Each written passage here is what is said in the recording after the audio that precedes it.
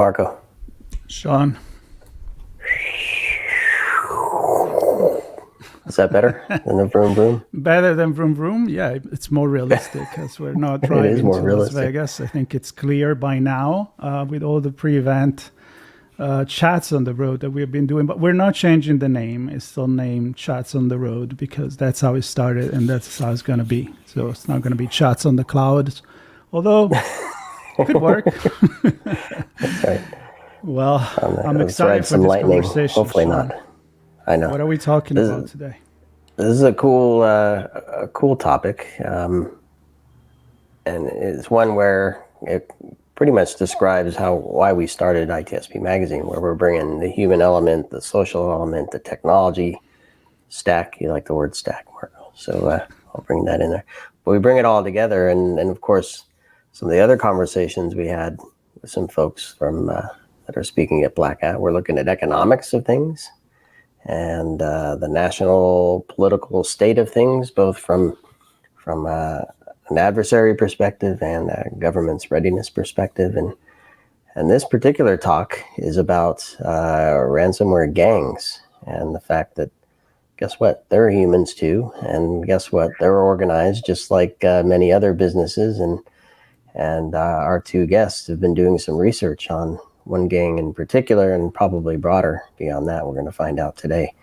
And what do they look like as an organization? And what's their structure? How do they function? Are they efficient? Do they care about the same things that the practitioners and people protecting our society care about? And that's what we're going to find out. So anyway, I'm done talking. Dalya and Jean and Dalya, thank you so much for joining us today. Thank you for your interest in our work. We're really excited to have a non-academic audience. The ability to have an impact is exciting. Yeah, thank you so much for having us. Yeah, it's interesting, especially for someone like me that has been dealing more with the political science and sociology of things for many years, and then Sean dragged me into cybersecurity. So I'm not the technical guy, but more and more, as Sean said at the beginning, we discover that things are real. Just because there is the word cyber attached to it doesn't mean that it's all virtual or non-existent, or in this case, not those old school hackers, cyber criminal working alone in that famous or infamous garage at this point, or in the basement of their parents. So this is interesting to shed a light on how we're really facing criminals and not something out of this world. So I will start with you introducing yourself a little bit, so to prove that you are also real. And we'll start with Jane and then Dalya, and then we can dive into the conversation. Well, I'm Jean Camp. I work mostly in economics of security and privacy.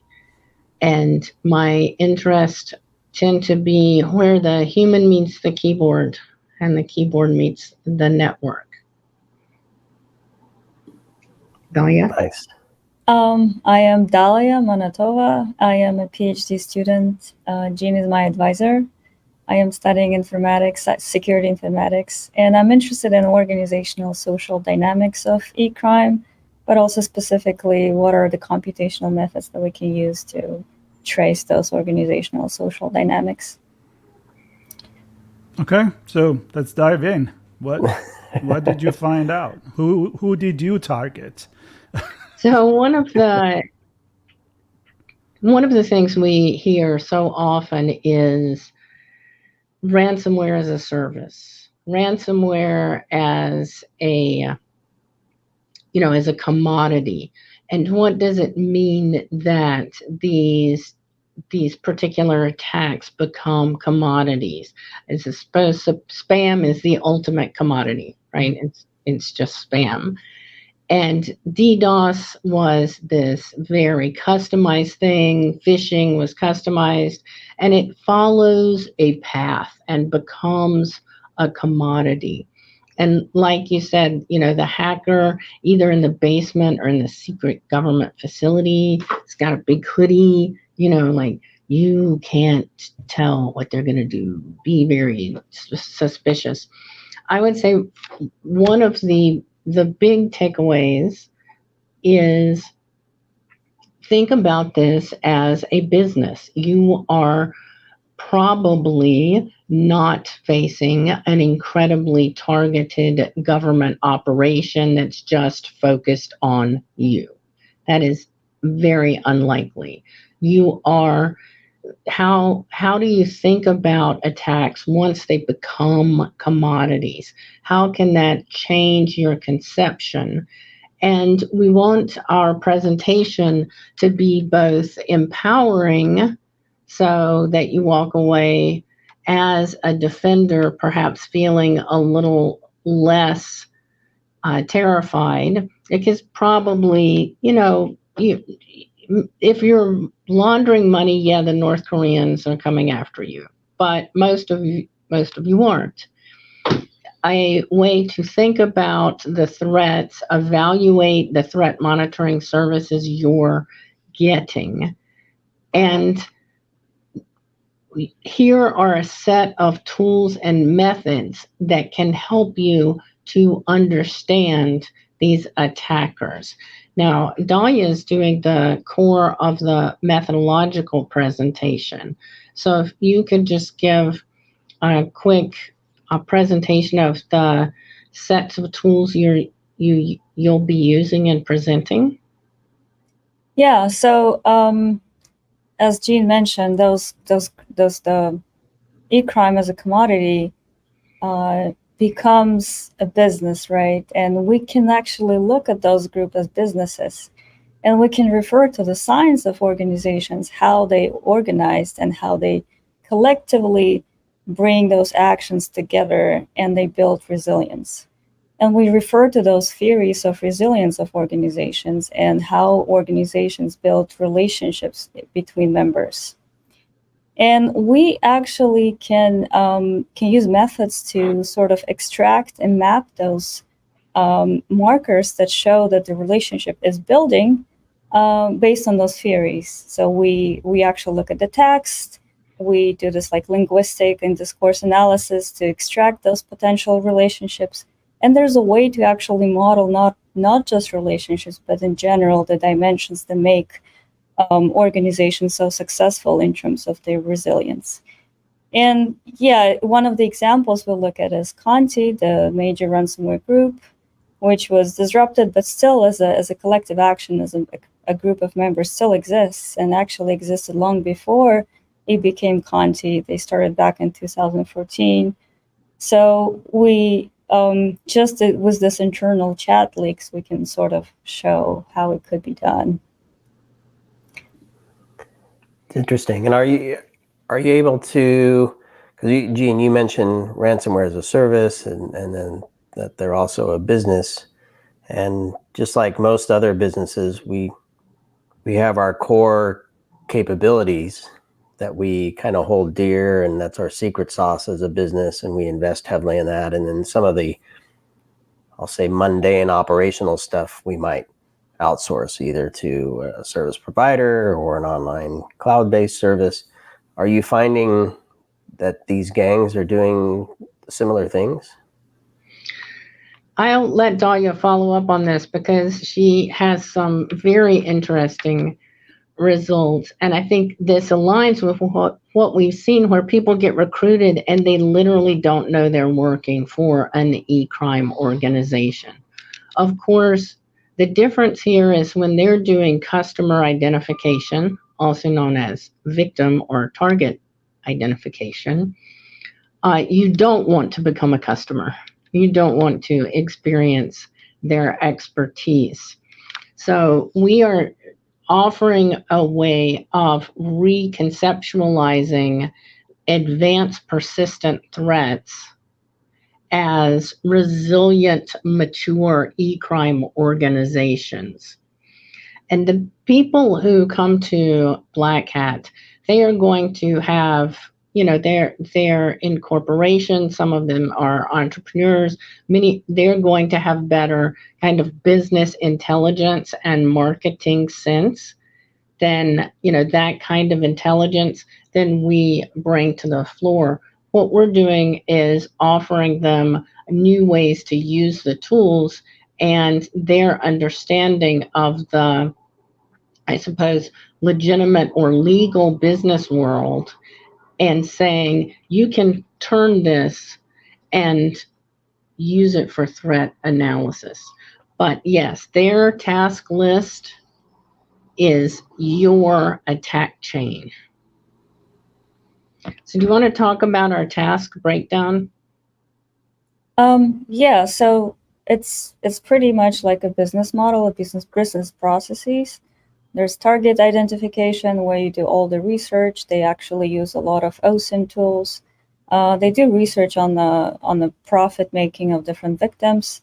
And there's also like development core, the development actual malware product, where a lot of testers are recruited, and some of the testers don't even know that they've been recruited for a legal group or a legal company. And some of the testers do know, and they actually aspire to become more than just testers. But it's interesting case, I think, right, Gene, that the testers are quite a weakest link, but also getting a lot of code and a lot of products that they need to test on different platforms and networks. And there's also, and after that, there's a whole preparation for the attack, and then essentially executing the attack itself, and then this negotiation and talking to the victims, and have this like a whole victim support infrastructure, the whole chat, and the whole processes for transferring money back to the group. Whoa. Victim support. I love that. So yeah, let's talk about it. So they actually go into say, okay, we got you, but don't worry, we're here for you.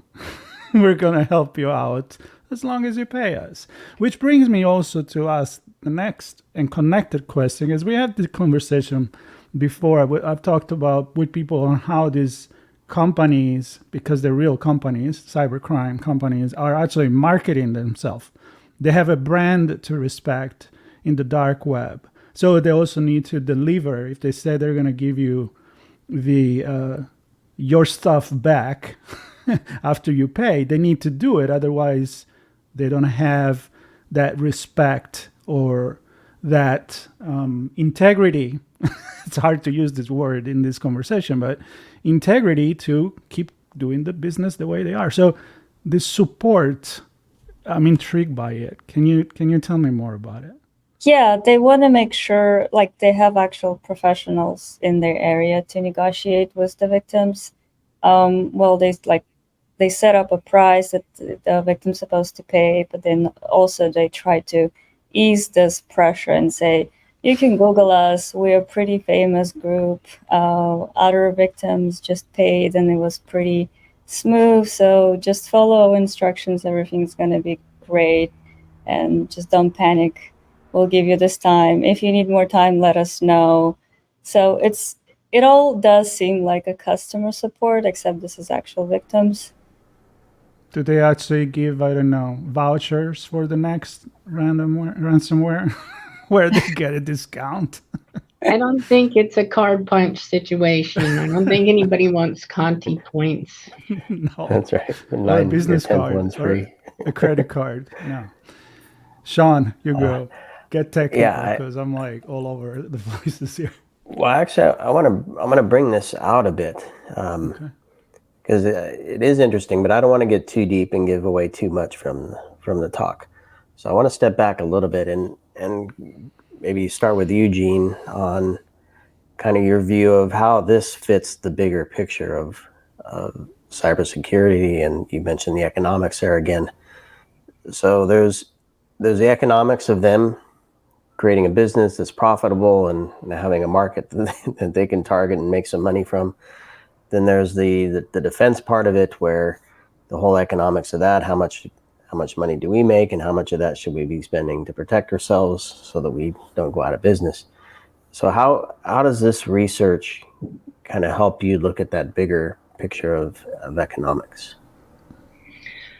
One of the large questions in both computer security and economics, and you just said it, how much you give away, how much information do you share, who do you share information with, and what information do you need. So even minimal information sharing, I think that like it is critically important. So if you have, suppose you have a forum monitor and you're paying for monitoring your own company, is anybody mentioning you? Is anybody mentioning, Sean Martin? No, I'm sure they're not. I'm sure you're fine.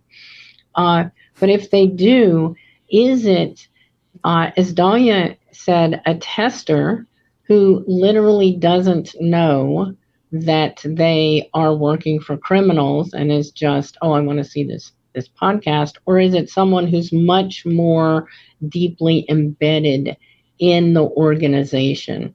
Who is talking about you matters. The existence of chatter is not as critical as understanding how it is flowing in an organization.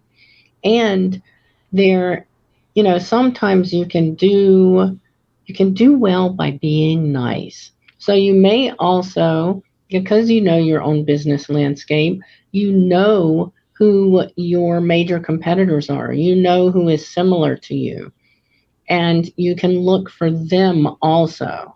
So look at, was it MGM and Caesars?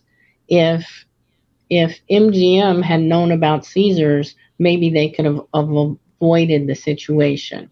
Are you a sector that's under attack? So if you think about it as just part of your business landscape, so we have logistics we have to deal with, we have to watch what our customers are doing in the marketplace, their ads, and their pricing. You also have to think about this as part of a marketplace where you're part of an industry sector. You're not just, the person alone in the woods with the bear. So did that answer your question? Does Yeah, it, Sean? absolutely. Yeah, it does. Well, I have one more question for Dalya. So you study like the social dynamics of this like complex organization, and there is literally hierarchical level and connection, and then can you tease a little bit about something interesting and people will discover when they come to see your presentation there? Yeah, so there's definitely some sort of hierarchy if we look at just like one-on-one patterns of communications. We can see there's like definitely some people are super connected, so we can infer, oh, there's some sort of a management for those few people. But that's just a sort of a tip of an iceberg. But if we look at the linguistic markers in those conversations, we can start inferring this authoritative relationship between people. Especially if you look at the different types of languages, they have this different types of addressings or different linguistic markers that show that I am talking to someone who I perceive as a boss. Or even in the conversations when you don't see reciprocity of small talk or there's no reply, it could give us certain a level of confidence that this is a person. There's a power dynamic where the person is talking to his subordinate. So all of this sort of adds up to this confidence interval that we calculate for authority or different types of relationships. And it shows us a more nuanced hierarchy than just looking at this like social graph or network statistics. So yeah, does that answer your question? Yeah, I know, and of course you're able to do this because you read in Russian, and you can see all the nuances of the language that Yeah, you're really doing a hopefully psychological analysis there as well. It's more like a linguistic analysis of the language, but hopefully in the future we can develop into more automated methods to do that. Right. So one of the joys of working with Dalya is seeing this nuance and understanding what we've been missing. So I our own lab is very pro cat. We're not anti-dog. We just all have cats. So again, you look at Conti, they talk a lot about the cat and dealing with the cat. So Dalya came in and explained to us that these were just not actually, kitty lovers. That was fun looking at the NLP failures. So what are they talking about when they talk about the cats, Dalya? Yeah, they use a jargon word for a wallet, crypto wallet, and it happens to be that it has a resemblance with the root for the Russian word cat, and by machine translation, NLP sort of catches it as a cat. It's out of context, completely wrong, but also because the conversations are very short and it's part of the routine, they just tell each other, "Oh, what about the cat? Where's my cat?" But it actually means like a crypto wallet. I could see where that would come up quite a bit, actually. Where's my money? Super interesting. I'm sure there's a lot of nuanced findings in there, and I'm sure you're still uncovering stuff as you continue to dig in. And kudos to Eugene and the Indiana University, for putting that together and allowing the team to do this work to find these findings. So the session is Relationships Matter: Reconstructing the Organizational and Social Structure of a Ransomware Gang. That's on Wednesday, August 7th at Black Hat, of course, 2:30 to 3. And I'm excited to see this session. And I'm tired of waiting. I want it now, but we'll wait for that session. Well, we look forward to seeing you there.